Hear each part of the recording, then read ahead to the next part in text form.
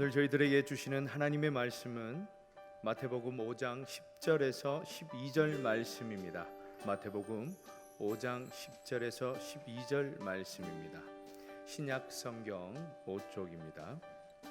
의를 위하여 박해를 받은 자는 복이 있나니 천국이 그들의 것임이라. 나로 말미암아 너희를 욕하고 박해하고 거짓으로 너희를 거슬러 모든 악한 말을 할 때에는 너희에게 복이 있나니 기뻐하고 즐거워하라. 하늘에서 너희의 상이 큼이라. 너희 전에 있던 선지자들도 이같이 박해하였느니라. 아멘. 예수님께서 가르쳐 주신 이 팔복의 마지막 시간입니다. 예수님은 하나님의 아들로 오셔서 인간의 삶을 살아가셨습니다. 그런 점에서 예수님의 삶은 참 특별하십니다. 예수님 안에는 이 사람의 결핍을 채울 수 있는 놀라운 능력도 또 권능도 가지고 계셨습니다. 병들어 고통당하는 사람들을 볼 때마다 찾아가서 고쳐주셨고, 또 두려워 떨고 있는 그 사탄 마귀를 물리쳐 주셨습니다. 두려움도 외로움도 고난도 의심도 우리 주님은 다 복음으로 해결해 주셨습니다. 아무리 큰 죄인도 예수님께로 가기만 하면 죄사함의 권세를 주셨고, 또 하늘의 신령한 말씀으로 구원의 은혜를 베풀어 주셨습니다. 아버지 하나님의 지혜로 막힌 모든 인생의 문제들의 정답도 들려주셨습니다. 그러나 한편으로 예수님은 우리와 똑같은 육체와 성정을 가지신 분입니다. 광야에서 금식하고 굶주리실 때에 사단 마귀가 찾아와 유혹을 하는데, 우리 마음 안에 있는 물욕, 명예욕, 권력욕, 인간의 대표적인 세 가지 욕망을 말씀으로 다 물리쳐 주셨습니다. 둘째 아담으로 오셔서 모범을 보여주신 것이지요. 기뻐하는 자들과 함께 웃으셨고, 또 슬퍼하는 자들과 함께 울어주셨습니다. 지친 몸으로 복음을 전하셨지만 편하게 머리 들고 타나 없게 살아가신 분이 바로 예수 그리스도이십니다. 마지막에 모두가 기대한 그 메시아의 모습 대신에 십자가의 길을 선택하시사 온갖 비난과 미움과 또 조롱과 배신을 당하신 분이 예수님이십니다. 인간을 구원할 자로 오셨는데 사람에게 결국 외면을 당하신 겁니다. 여러분, 왜입니까? 우리에게 천국 백성의 삶이 무엇인지를 보여주시기 위해서입니다. 천국은 유대인도 로마인도 세상의 모든 사람들이 꿈꾸는 지상 낙원에 있지 않습니다. 이 영국의 인문주의자 토마스 모어가 1516년에 발간한 최선의 국가 형태와 새로운 섬 유토피아라는 책이 있습니다. 우리에게는 유토피아로 잘 알려져 있죠. 이 유토피아라는 말이 합성어인데, 유는 라틴어로 존재하지 않는다는 뜻이고, 토피아는 장소를 나타내는 단어입니다. 즉 유토피아는 존재하지 않는 곳을 뜻하는 이야기죠. 이 토마스 모어가 무엇 때문에 이 땅에 존재하지도 않는 곳에 관한 글을 썼습니까?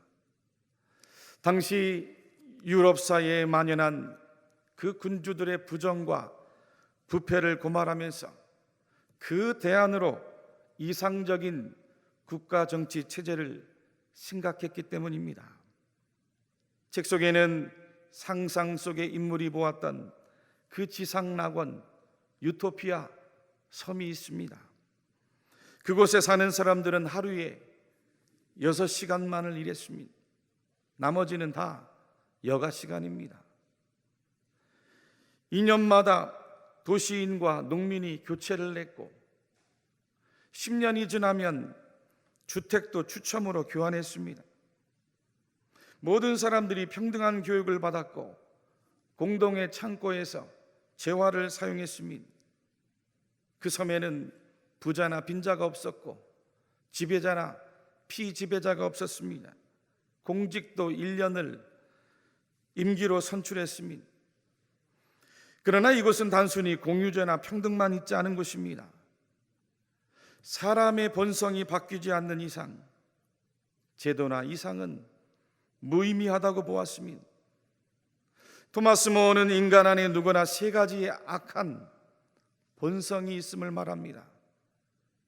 첫째는 교만이요, 둘째는 탐욕이고 셋째는 나태입니다. 이 세 가지 악한 본성에 근절없인 어떤 환경이나 조건의 개선만으로는 진정한 유토피아를 이룰 수 없다고 생각한 것입니다. 그 교만과 탐욕과 나태를 방지하기 위해 또 다른 법률과 원칙과 제도적 장치들을 섬 안에 많이 만들어 놓았습니다. 무슨 뜻입니까? 여러분, 유토피아는 단순히 물질적 평등만을 말하는 것이 아닙니다. 인간의 정신과 인간의 도덕과 인간의 윤리와 내적인 평등이 함께 동반되어야 되는데 이런 것은 세상에 없다는 것입니다. 여러분, 예수님은 우리 마음 안에, 우리의 내면 안에 예수 그리스도의 복음과 함께 임한 그 천국을 내어주셨습니다. 왜 예수님께서 우리에게 팔복을 주셨습니까? 천국은 우리의 심령이 먼저 하나님 앞에 가난할 때 오는 것입니다. 천국은 우리의 마음이 날마다 우리의 죄로 애통하고 회개할 때 찾아오는 것입니다. 천국은 우리의 마음이 온유함으로 가득할 때이고, 천국은 인간의 의가 아니라 하나님의 의를 목말라 하고 굶주릴 때 오는 것입니다. 천국은 긍휼히 여기는 자의 것이고, 천국은 그 마음이 늘 깨끗하고 청결한 자의 것입니다. 그리고 천국은 다툼보다는 화평을 심는 사람의 마음 안에 있다는 것을 보여주신 것입니다. 할렐루야.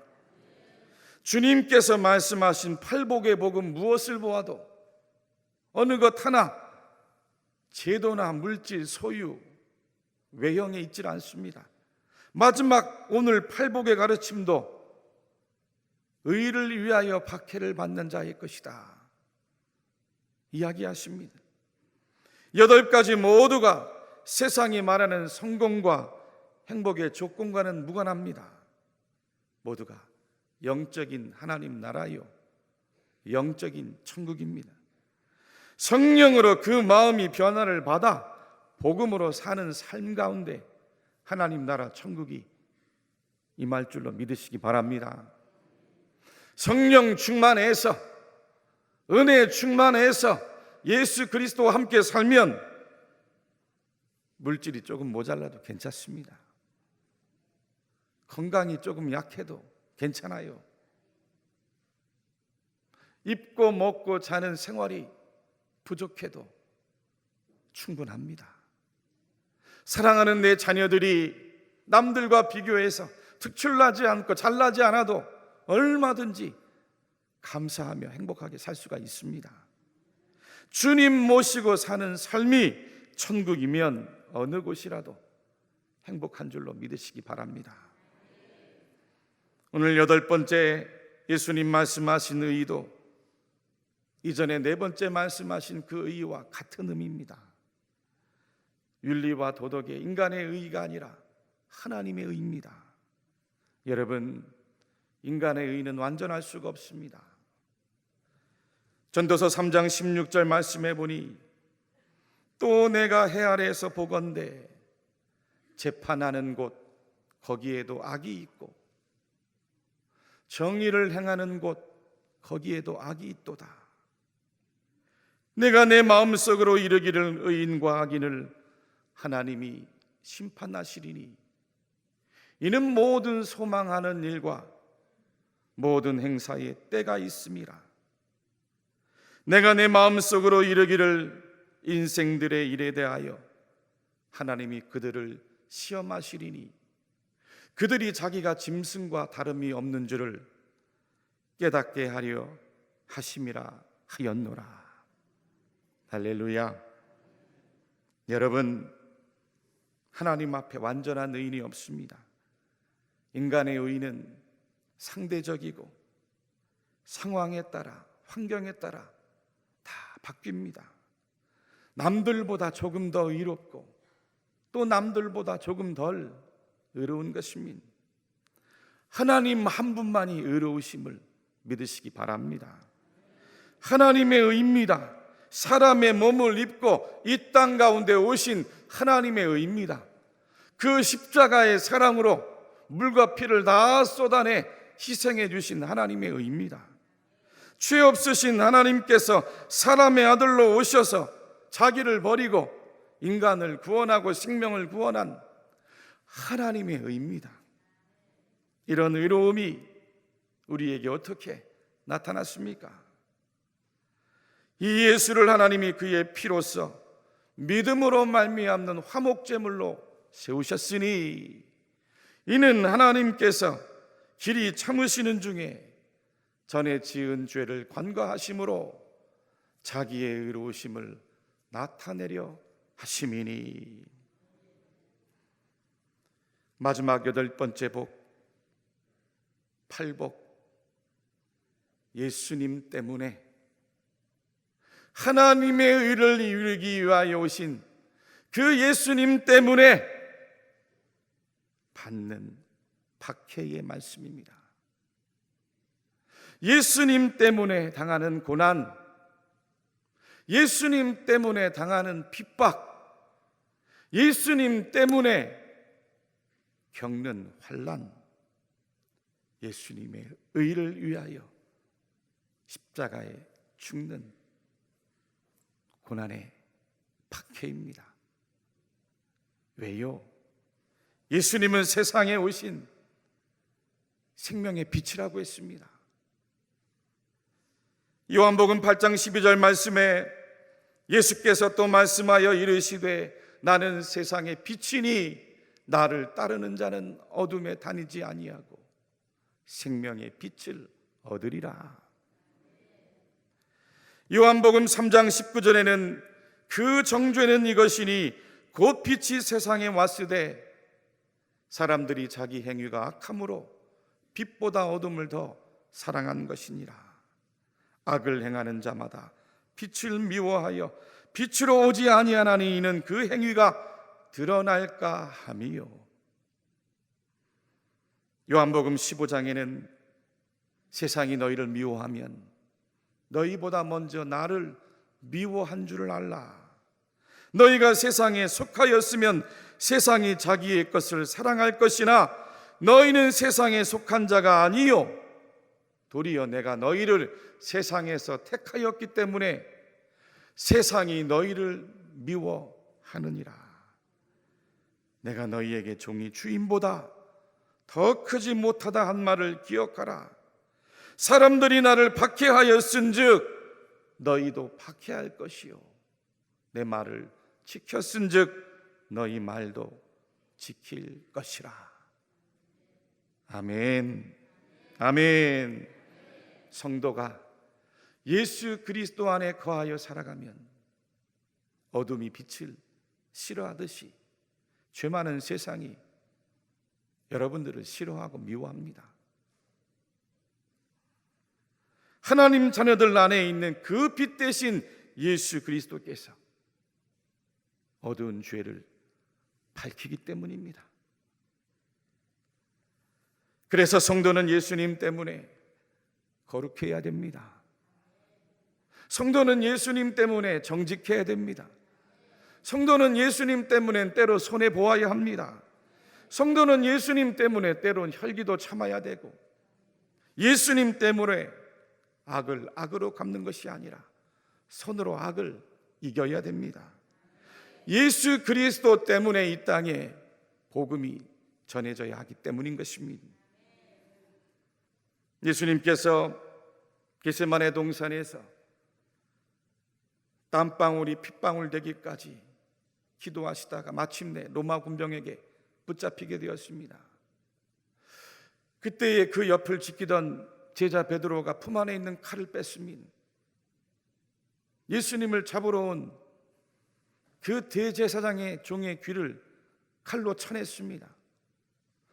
그런데 예수님이 떨어진 그 귀를 붙들고 다시 종의 귀를 만지시며 낫게 치료를 해주셨습니다. 그리고는 베드로에게 다음과 같은 이야기를 들려주셨습니다. 예수께서 일러 이르시되 이것까지 참으라 하시고, 이것까지 참으라 하시고, 이것까지 참으라 하시고, 이것까지 참으라 하시고, 너는 내가 내 아버지께 구하여 지금 12군단 더 되는 천사를 보내시게 할 수 없는 줄로 아느냐? 내가 만일 그렇게 하면 이런 일이 있으리라 한 성경이 어떻게 이루어지겠느냐 하시더라.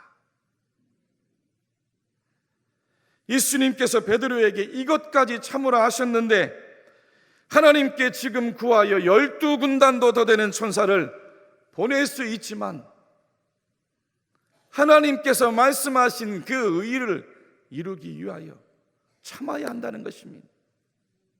여러분, 12군단이면 당시 로마의 한 군단에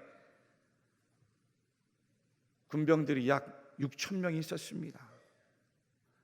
7만 2천 명이 넘는 많은 천사들이 예수님을 두르고 있는데도 예수님은 참으신 겁니다.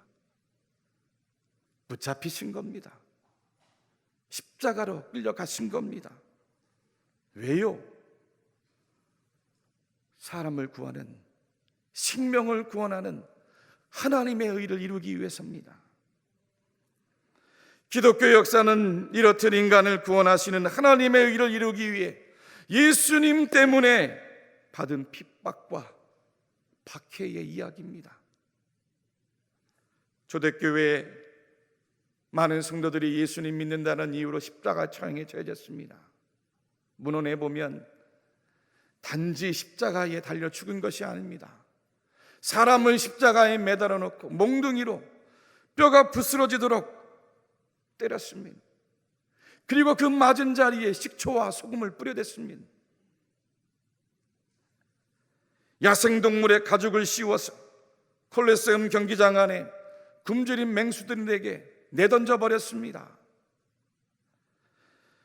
사람을 산채로 불에 붙여 가로등처럼 어두운 밤에 세워놓았고, 불에 녹인 그 납을, 그 뜨거운 납을 살아있는 사람에게 예수 믿는다는 이유로 몸에 부었습니다.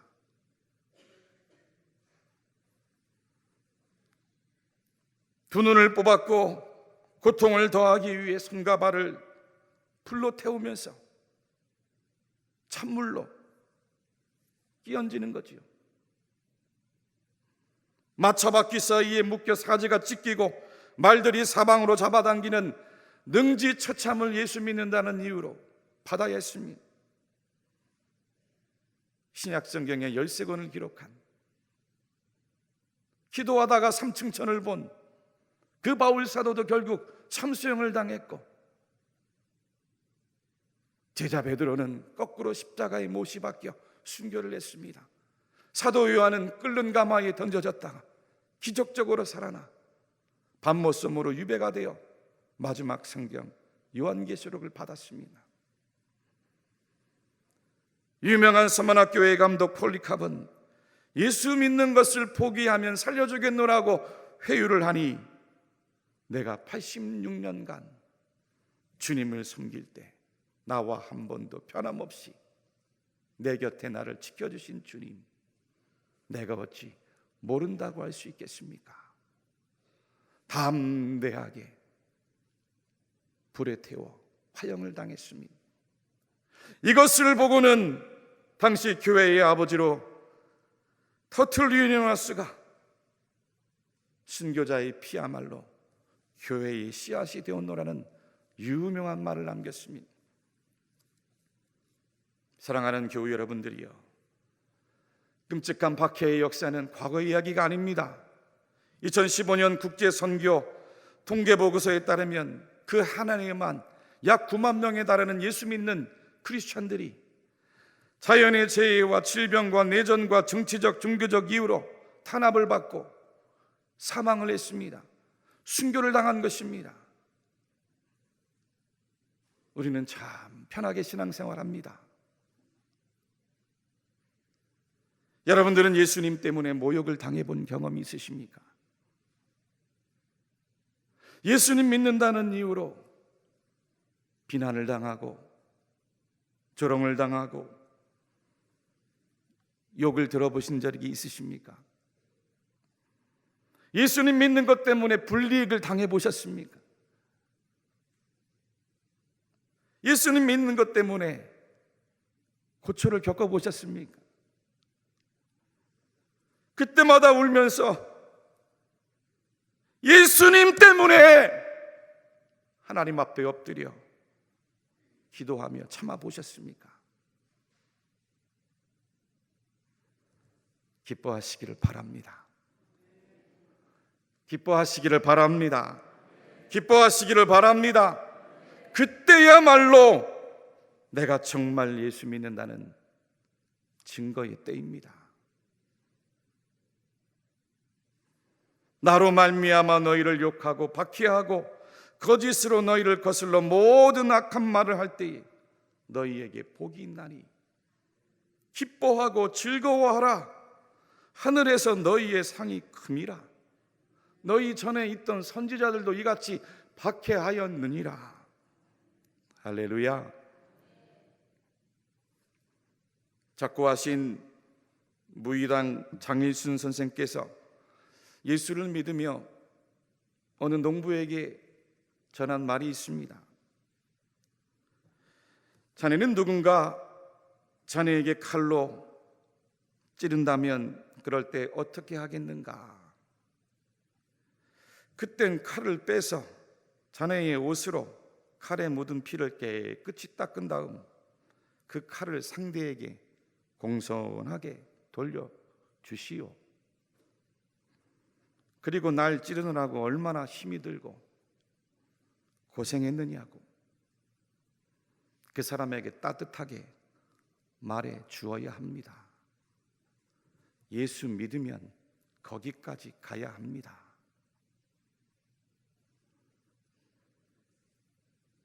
여러분, 주님께서도 눈은 눈으로 이는 이로 갚으라 한 율법 제자들에게 말씀하시며 그러나 너희 듣는 자에게 내가 이르노니 너희 원수를 사랑하며 너희를 미워하는 자를 선대하며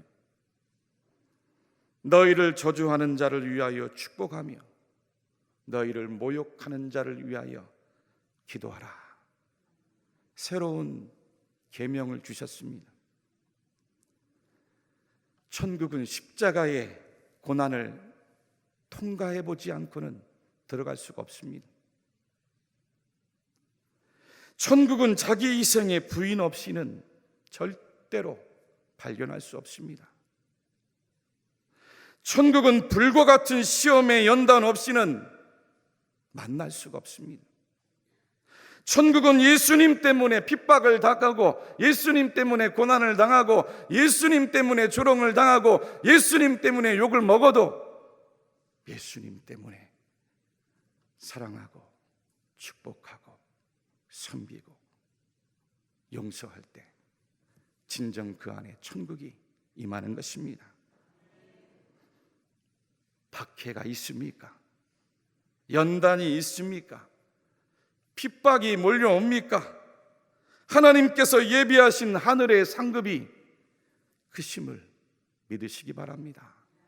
어느 장로님 기도하시다 천국을 보셨는데 하나님 보좌 가장 가까이 있는 분들, 핍박받고 환난받고 예수 복음 때문에 박해받은 하나님의 종들이랍니다. 주님과 함께 복음의 길로, 천국의 길로 날마다 걸어가는 저와 여러분들 모두가 되시기를 주님의 이름으로 간절히 축원합니다.